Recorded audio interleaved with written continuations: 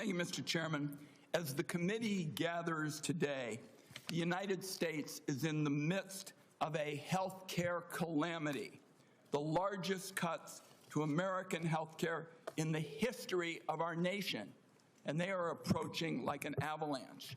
Last week, most of the senior leadership at the Centers for Disease Control and Prevention were fired or they resigned after refusing to bow to Robert Kennedy's unceasing crusade against vaccines.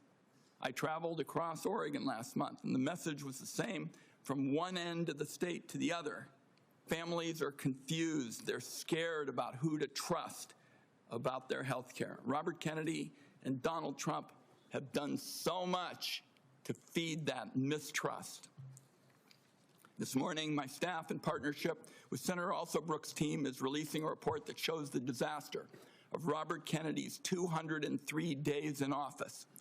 Every single day, there's been an action that endangers the health and wellness of American families. Robert Kennedy has elevated conspiracy theorists, crackpots, and grifters to make life or death decisions about the health care of the American people. Robert Kennedy's tenure is so far marked by 3 calling cards. One is chaos at federal health agencies, leaving families, doctors, and the entire nation confused and frightened. Corruption that benefits Robert Kennedy, Donald Trump, and their friends at the expense of taxpayers, and higher health costs for families. I ask unanimous consent, Mr. Chairman, to enter this report into the record. Without objection.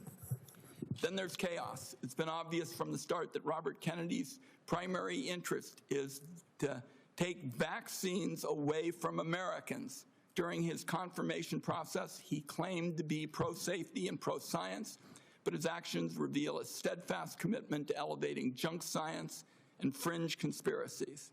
His agenda has not been about choices and information for families. Just last week, he threatened doctors that deviated from the new anti-science vaccine guidelines he released that make it harder for pregnant women and children to get the COVID vaccine. And then there's corruption. Robert Kennedy's bizarre statements and actions beg the question, why?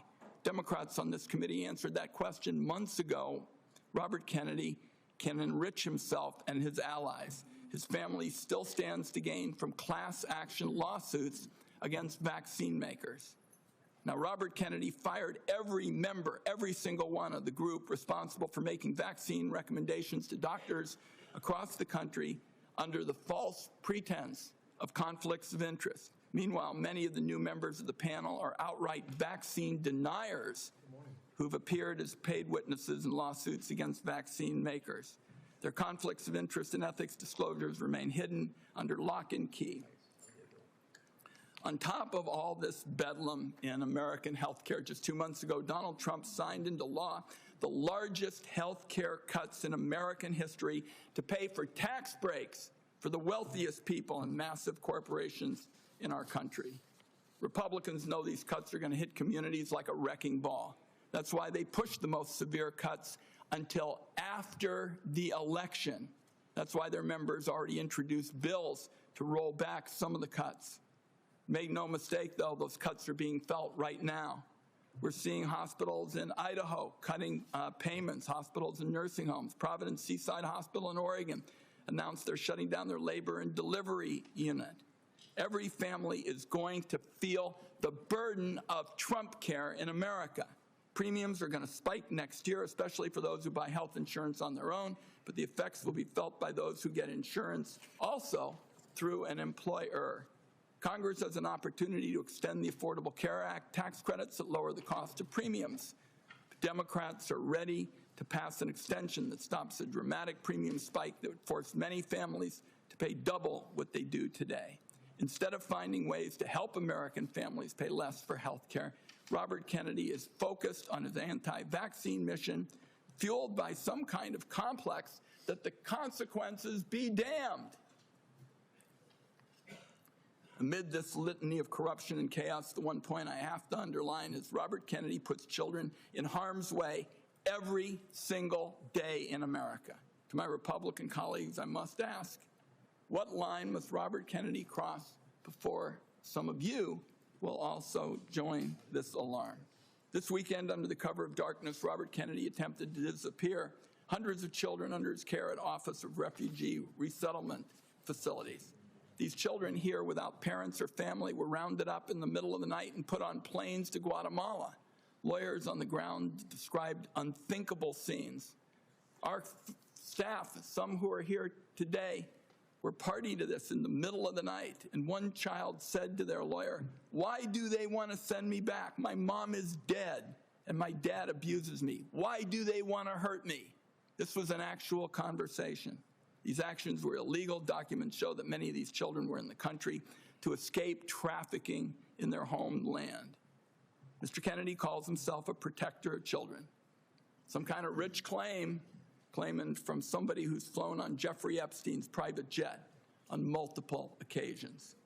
I don't think Robert Kennedy should be within a million miles of this job.